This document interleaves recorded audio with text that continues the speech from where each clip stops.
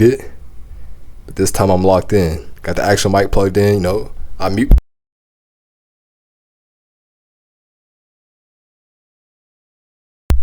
I got the actual thing plugged in. So let's go ahead and get started, man. We got a few things to talk about. One, UNC transfers. I think it was bound to happen.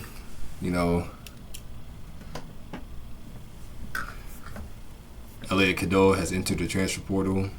This isn't news to anybody. It's been out for a few days now. Washington has also entered the transfer portal. Our 6'11" power forward / center. He's entered the transfer portal as well. I really want to Washington to stay. We needed, that extra big man help for Lubin because he's coming back. But, looking in the portal, we're trying to grab a 7-footer. So I guess that would be somewhat to replace him. But let's talk about Elliot. I respect it. Elliot, go ball out. There's no hate from this Carolina fan. There's no hate from this Carolina fan at all. I respect it. You can see watching the games that he's frustrated out there. You know what I'm saying? Like he's enjoying playing basketball because he's playing with his boys and all that. Like he's playing with his niggas. He's playing with his friends. But he's not enjoying his gameplay. Like he's not enjoying how he's playing. You can see that out there as a fan. So I understand it. I remember seeing that vid of him frustrated on the bench like that. And I seen everybody going to his brother. When his brother came out with talking about it, and I respect it. Elliot, from a Carolina fan, I got your back. I respect it. Go ball out wherever you go. If you go to St. John's because it's closer to home, because you're from Jersey, go ball out, boy. You go be with your boy in Auburn, Tahad, hey, go ball out. Now, if you go to someone in the ACC, it's ball out, but we gotta get you, nigga. We gotta get you, but now go ball out, man. You a hooper, 5-star, 6'1", crazy athleticism, good point guard. I respect your game. I mess with you, man. Go ball out, do your thing. It hurts to have you leave because we need you, but it's all right. Go ball out, man. Do your thing. Now, speaking about transfers, we got right now 3 pursuing transfers. We got Nick Dorn from Elon. Pretty sure he's 6'7", 6'9", forward. We got him. I think he had a pretty decent game when we played against him too. We're pursuing him. We're pursuing a 7-footer like I mentioned earlier. Noah Williams out of Bucknell. I gotta watch some film on him. I don't know. I'm gonna watch some film. I might actually record myself watching and reacting to his film to see how I feel about him. But a 7-footer we need. Lubin 6'8" down there by himself, going crazy. If he has a 7-footer to help him, that would be a lot easier on him as we make a tournament run for next year. Yeah. Then we got Nick Boyd out of San Diego State University. Hey, we just got them boys out. He's a 6'4" combo guard, so hey, it sound good. Ian hasn't confirmed whether he's coming back or not. He said, his future's still up there. Hopefully he comes back. So we can have him, Seth, them being 1 or 2 or just playing 2 guards as they just go out there and do their thing. Then we got 2 freshmen coming in, 2 4-stars. Is it Dennis Dixon or Isaiah? We got some guards coming in. One of them from Charlotte, he from the city. Got Caleb Wilson, 6'9", power forward. 6'9" forward coming in, 5-star. We got him coming in as well. So, we definitely got some dudes. So I definitely would like to see Ian come back, make a good little run for the tournament, all that. Lubin announced he will be coming back. Lubin's coming back. Trimble is coming back. It's all good news, man. I'm positive next year, Carolina fan watching this tournament, just mad as Duke's winning. But that's a conversation that we got later on right here. But I got faith for next season. I'm not even worried at all. But before we go to any more with the men's, we got to pivot over to the women's. The women's been hooping. I was able to catch a few games because I don't like how they only put their games on ESPN. Like, you got the boys' games that's able to be on CBS and TBS and True TV, which you can watch on either March Madness Live or you can watch on what's it called? You can either watch on March Madness Live or watch it on Max. The girls' games, it's like I can't. It's hard to find the girls' games. I'm like, bro, what's going on? But I still be catching them though. I still be watching them. Last one I watched was I ain't watched the South Carolina Duke game today, but I did watch the South Carolina. Was it Maryland? Is it South Carolina Maryland? I think that was them playing, and they were hooping. I wish I'd have caught the South Carolina Duke game today. I'm probably gonna watch the USC UConn game tomorrow. Even though Juju out, I'm still gonna watch that game because Paige out there she gonna get a bucket out there, and I want to see how USC can do without Juju playing a big game like this. Speaking of like Juju, USC was able to survive without her and still like put up a very great display. So like I said, it's gonna be interesting. Hopefully Juju can heal up. She got another 2 full years ahead of her. Like I said, hopefully heal up. AC take her time with her injury, come back and dominate again. LSU lost. I didn't get to watch that game either, but I did see like some highlights and some. I looked at the box score. Flau'jae did her thing. She had 28 points. I know I seen like the highlights. A lot of it started coming in like towards like the last bit of the game, but hey. She was trying to fight to keep them back in. You can see her passion, She was out there hooping. And, I didn't think UCLA was that good this year, but they're a 1 seed. Right now it looks like the girls might be just like the boys with all 4 1 seeds in the Final Four, depending on who win this USC UConn game and this Texas and TCU game. But I think Flau'jae might be a junior. She's a junior. She definitely got a great season coming up for her seniors a year. But she is senior, then, hey, at least the WNBA know what they about to get with her. But hold on, wait. She is a junior. Oh yeah, she coming back. Yeah, Flau'jae, go ahead and get ready for your tournament run for your senior year. Go ahead and get ready. 28 points. No, I got her averaging 20 and 8 next season. Hopefully she don't have to. Well, actually, no. She got a good bench to back her up. That's coming back with some returning players. So yeah, they definitely gonna be good. Like I said, UConn and USC. Already talked about that.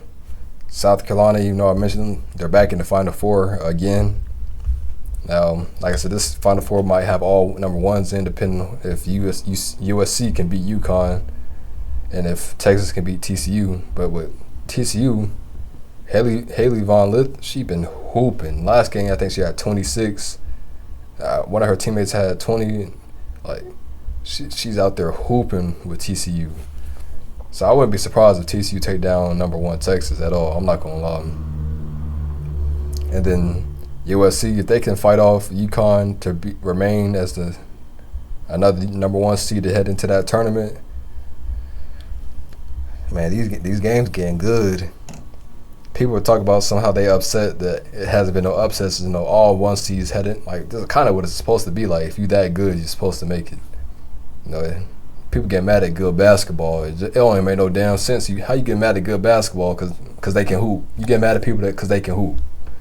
Just because some random white boy might be a accountant later on didn't have a historic run this year. It was close. Brought from Creighton to Ashworth. He was finna be one of them. But see what happened. Now, back to the boys. Like I said, all one seeds are in the Final Four for the second time in tournament history. The last time it happened was in 2008. I was talking with my dad earlier. He was like, yeah, I think that was when we were in it, when we were the number one seed back in '08 with Todd Lawson. And we had a crazy run whooping everybody.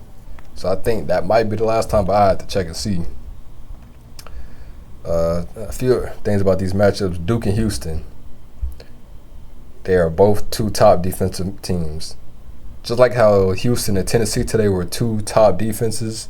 Tennessee was top in defensive points and defensive field goals, and Houston has I think the least amount of points per game allowed. In this game, early on, Houston had them boys clamped. And then even in the second half, as they was making a run for it, man, like you can see both sides. They play some scrappy, like they come to who they passionate. And Houston was kind of undersized, but like you couldn't tell by the way they played defense. And then because how often they swing the ball, and then they run like a little low screen. They run a low screen for a mid-range shot or a little floater. Then after all that action they do, they got a easy kick out to the three, and they have, I think, 3 people that shoot 40% from 3. So, that's just, that's crazy. I hope Houston wins. I'm a UNC fan. I want Houston to win.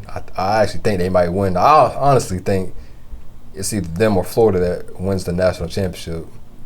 It'll probably be them in the national championship matchup, and I'll tell you why I got Florida there.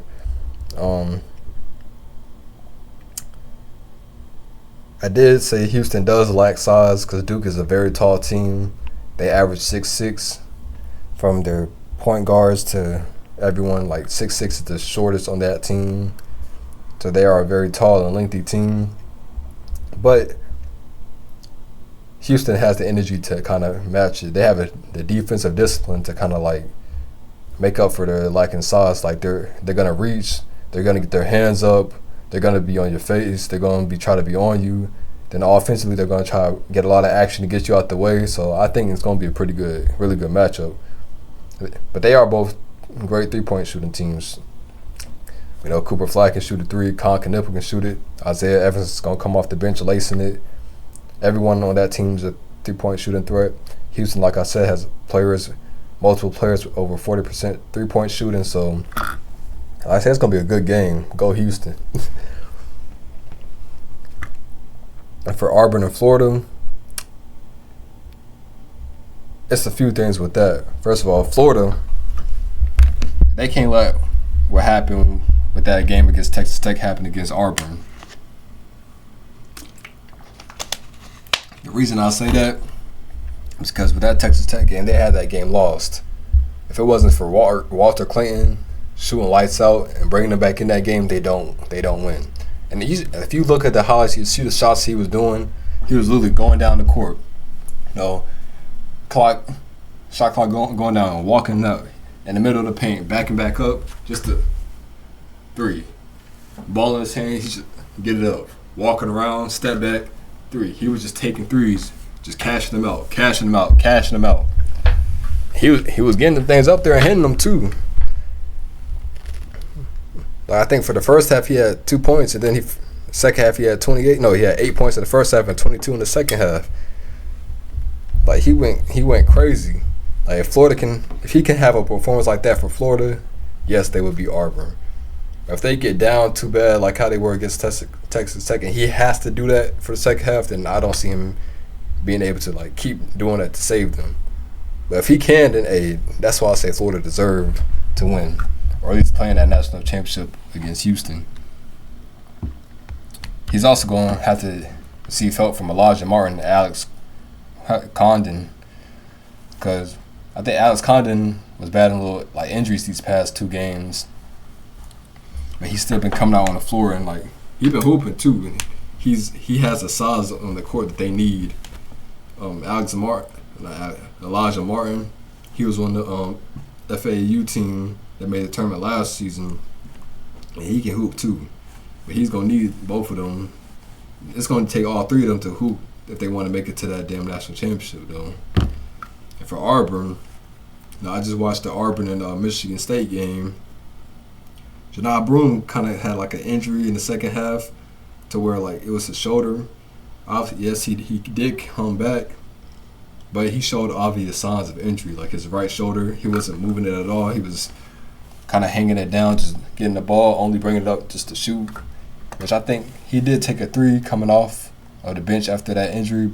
But I think that three was just to show that, show that he's not hurt, but he honestly is hurt, but he can still play through it. Because he was shoulder down, doing everything with his left hand, not doing anything with his right arm at all. So he showed obvious signs. So that could be, a problem. It's a cause of worry heading into this game. But the good thing about it is that they got till Saturday, so he can get all the treatment and everything he needs for the game. So yes, Janai Broome injury is some cause for concern. I don't think it's too big of an issue, only because they got plenty of time for him to rest it up, ice it, put whatever they got to put on it, rehab it until Saturday's game.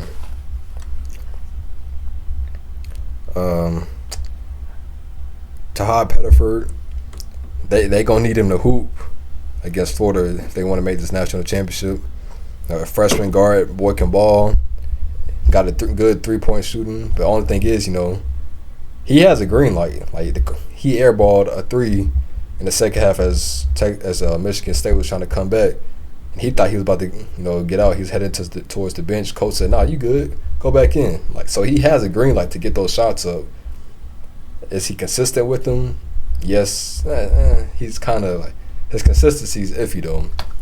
Either he'll be on the streak where he's knocking, or he'll just start missing.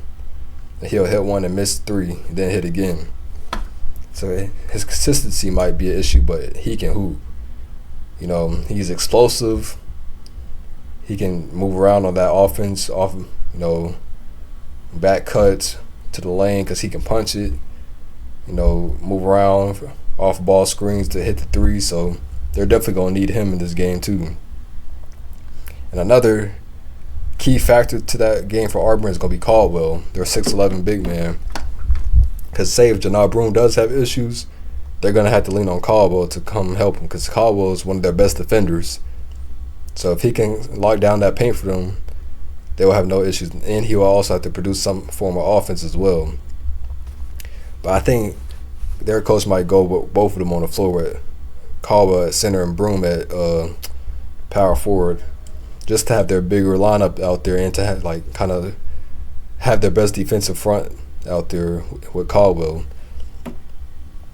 Because, like I said, he's going to be needed for defensive stability, depending on how well Broome can perform if his right arm is still giving him issues because of his elbow. But all in all, that's all I really had today. Go Tar Heels, fuck Duke, go Houston to win, and I got Florida and Houston in the national championship.